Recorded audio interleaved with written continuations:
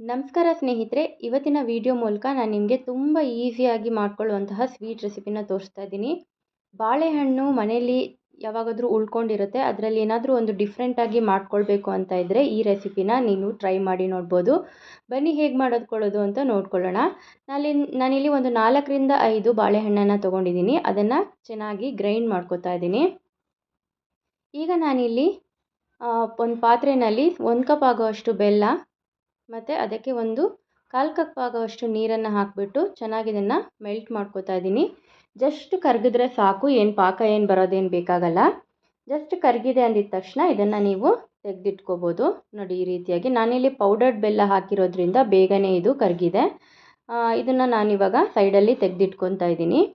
ಈಗ ನಾನು ಮತ್ತೊಂದು ಪ್ಯಾನ್ಗೆ ಇಲ್ಲಿ ನಾನು 1 ಟೀ ಸ್ಪೂನ್ ಆಗೋಷ್ಟು ತುಪ್ಪನ ಹಾಕ್ಕೊಂಡು, ಮತ್ತು ನಾನಿಲ್ಲಿ ಡ್ರೈ ಫ್ರೂಟ್ಸ್ನ ತೊಗೊಂಡಿದ್ದೀನಿ. ನಾನಿಲ್ಲಿ ಗೋಡಂಬಿಯನ್ನು ತೊಗೊಂಡಿದ್ದೀನಿ. ಗೋಡಂಬಿಯನ್ನು ಚೆನ್ನಾಗಿ ಈ ಥರ ಫ್ರೈ ಮಾಡಿ ಇಟ್ಕೊಳ್ಬೇಕು. ಗೋಡಂಬಿ ಮತ್ತು ಯಾವುದೇ ತರಹದ ಡ್ರೈ ಫ್ರೂಟ್ಸ್ ಇದ್ದರೂ ಕೂಡ ನೀವು ಇಲ್ಲಿ ಆ್ಯಡ್ ಮಾಡ್ಕೋಬೋದು. ತುಂಬಾ ಕಪ್ಪಾಗುವಷ್ಟು ಮಾಡ್ಕೊಳ್ಳೋದೇನು ಬೇಕಾಗಲ್ಲ. ನಾರ್ಮಲ್ಲಾಗಿ ನೀವು ಮಾಡ್ಕೋತೀರಲ್ಲ, ಈ ಥರ ಲೈಟಾಗಿ ಇದು ಬ್ರೌನ್ ಆದರೆ ಸಾಕಾಗುತ್ತೆ. ಇದನ್ನು ತೆಗೆದಿಟ್ಕೊಳ್ಳೋಣ. ಡ್ರೈ ಫ್ರೂಟ್ಸ್ ಹಾಕೋದ್ರಿಂದ ತಿನ್ನಬೇಕಾದ್ರೆ ಕೂಡ ತುಂಬಾ ರುಚಿಯಾಗಿರುತ್ತೆ. ಮತ್ತು ಇಲ್ಲಿ 1 ಟೀ ಸ್ಪೂನ್ ಆಗುವಷ್ಟು ತುಪ್ಪನ ನಾನು ಹಾಕ್ಕೊಳ್ತಾ ಇದ್ದೀನಿ. ತುಪ್ಪ ಹಾಕೋದ್ರಿಂದ ಟೇಸ್ಟ್ ಕೂಡ ತುಂಬಾ ಚೆನ್ನಾಗಿ ಬರುತ್ತೆ. ಸ್ವೀಟು ಮಕ್ಕಳು ತುಂಬ ಇಷ್ಟಪಟ್ಟು ತಿಂತಾರೆ. ನೋಡಿ, ಈ ಥರ ನಾವೇನು ಬಾಳೆಹಣ್ಣನ್ನು ರುಬ್ಕೊಂಡಿದ್ದೀವಲ್ವ ಅದನ್ನು ಇದಕ್ಕೆ ಹಾಕ್ಬಿಟ್ಟು ಚೆನ್ನಾಗಿ ಈ ಥರ ಲೋ ಫ್ಲೇಮಲ್ಲಿ ನೀವು 1-2ರಿಂದ 3 ನಿಮಿಷ ಈ ಥರ ಫ್ರೈ ಮಾಡ್ಕೊಳ್ಬೇಕು. ಲೋ ಫ್ಲೇಮಲ್ಲೇ ಇಟ್ಕೊಂಡು ಮಾಡ್ಕೊಳ್ಳಿ. ಹೈ ಫ್ಲೇಮ್ ಇಟ್ಕೊಳ್ಳೋದ್ರಿಂದ ಸೀದೋಗೋ ಚಾನ್ಸಸ್ ಇರುತ್ತೆ. ಮತ್ತು ನಾವೇನು ಬೆಲ್ಲದ ಪಾಕನ ಮಾಡ್ಕೊಂಡಿದ್ದೀವಲ್ವ ಅದನ್ನು ಇದಕ್ಕೆ ನಾನು ಸೇರಿಸ್ಕೊಳ್ತಾ ಇದ್ದೀನಿ. ಲೋ ಫ್ಲೇಮಲ್ಲೇ ನೀವು ಚೆನ್ನಾಗಿ ಈ ಥರ ತಿರುವಾಕೋತಾ ಬನ್ನಿ. ಪೂರ್ತಿಯಾಗಿ ಸ್ವೀಟ್ ಆಗೋವರೆಗೂ ನೀವು ಒಂದು ಮೀಡಿಯಮ್ ಫ್ಲೇಮಲ್ಲಿ ಇಟ್ಕೊಂಡ್ರೆ ಸಾಕಾಗುತ್ತೆ. ಹೈ ಫ್ಲೇಮಲ್ಲಿ ಹಾಕ್ಕೊಳ್ಳೋದ್ರಿಂದ ಸೀದೋಗೋ ಚಾನ್ಸಸ್ ಇರುತ್ತೆ. ಇದನ್ನು ಚೆನ್ನಾಗಿ ಈ ಥರ ನೋಡಿ ಕಲಿಸಿದಾಗ ಇದು ಬಿಡಿಯಾಗಿ ಈ ಥರ ಬರುತ್ತೆ. ತುಂಬಾ ಚೆನ್ನಾಗಿ ಬರುತ್ತೆ ಈ ಸ್ವೀಟು. ಇದು ಈ ಪೂರ್ತಿಯಾಗಿ ಪ್ರಾಸೆಸ್ ಆಗೋವರೆಗೂ ಒಂದು 10 ನಿಮಿಷ ತೊಗೊಳುತ್ತೆ. ಇದಕ್ಕೆ ಸ್ವೀಟ್ ಮಾತ್ರ ತಿನ್ನೋದಕ್ಕೆ ತುಂಬಾ ಚೆನ್ನಾಗಿ ಬರುತ್ತೆ. ನಿಮಗೆ ಬಾಳೆಹಣ್ಣಿಂದ ಮಾಡಿದ್ದೀವಿ ಅಂತ ಅನಿಸೋದೇ ಇಲ್ಲ, ಅಷ್ಟು ಸೂಪರಾಗಿ ಬರುತ್ತೆ. ನೋಡಿ, ಈ ಥರ ನೀವು ಮಾಡ್ತಾ ಹೋದಾಗ ಸ್ವಲ್ಪ ಗಟ್ಟಿಯಾಗಿದೆ ಅಂತ ಅನಿಸಿದಾಗ ನೀವೇನು ಡ್ರೈ ಫ್ರೂಟ್ಸ್ನ ಮಾಡ್ಕೊಂಡಿದ್ದೀರ ಅದನ್ನೇ ಕೂಡ ಇದ್ರ ಜೊತೆಗೆ ಸೇರಿಸ್ಕೊಂಡು ಇದು ಸ್ವಲ್ಪ ನಿಮಗೆ ತಳ ಬಿಡೋವರೆಗೂ ನೀವು ಇದನ್ನು ತಿರುವಾಕೋತಾನೆ ಇರಬೇಕು. ನೋಡಿ, ನಾನು ಈ ಥರ ಮಾಡ್ಕೋತಾ ಇದ್ದಾಗ ಅದು ನೀಟಾಗಿ ತಳ ಬಿಡ್ತಾ ಇದೆ. ನೋಡಿ, ಹೋಗ್ತಾ ನೋಡಿ ಗಟ್ಟಿ ಆಗ್ತಾ ಬರ್ತಾ ಇದೆ.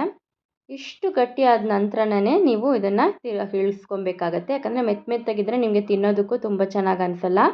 ಸ್ವಲ್ಪ ಗಟ್ಟಿಯಾದ ನಂತರ ಇದನ್ನು ನೀವು ಇಳಿಸ್ಕೊಂಬಿಡಿ. ನೋಡಿ, ಈ ಥರ ನೀಟಾಗಿ ತಳ ಬಿಡಬೇಕು.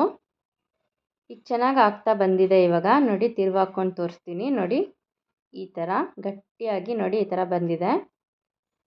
ಈಗ ರೆಡಿಯಾಗಿದೆ. ಇದನ್ನು ನಾನಿವಾಗ ಪ್ಲೇಟ್ಗೆ ಹಾಕಿ ತೋರಿಸ್ತಾ ಇದ್ದೀನಿ. ನೋಡಿ, ತಿನ್ನೋದಕ್ಕಂತೂ ತುಂಬಾ ಟೇಸ್ಟಿಯಾಗಿರುತ್ತೆ. ನಿಮ್ಮ ಹತ್ರ ತುಂಬಾ ಟೈಮ್ ಇದೆ ಅಂತ ಅನಿಸಿದ್ರೆ ನೀವು ಇದನ್ನು ಫ್ರಿಜ್ಜಲ್ಲಿ ಕೂಡ ಇಟ್ಕೊಂಡು ಫ್ರೀಸ್ ಮಾಡ್ಕೊಂಡು ತಿನ್ಬೋದು. ತುಂಬ ಟೇಸ್ಟ್ ಇನ್ನೂ ಚೆನ್ನಾಗಿರುತ್ತೆ.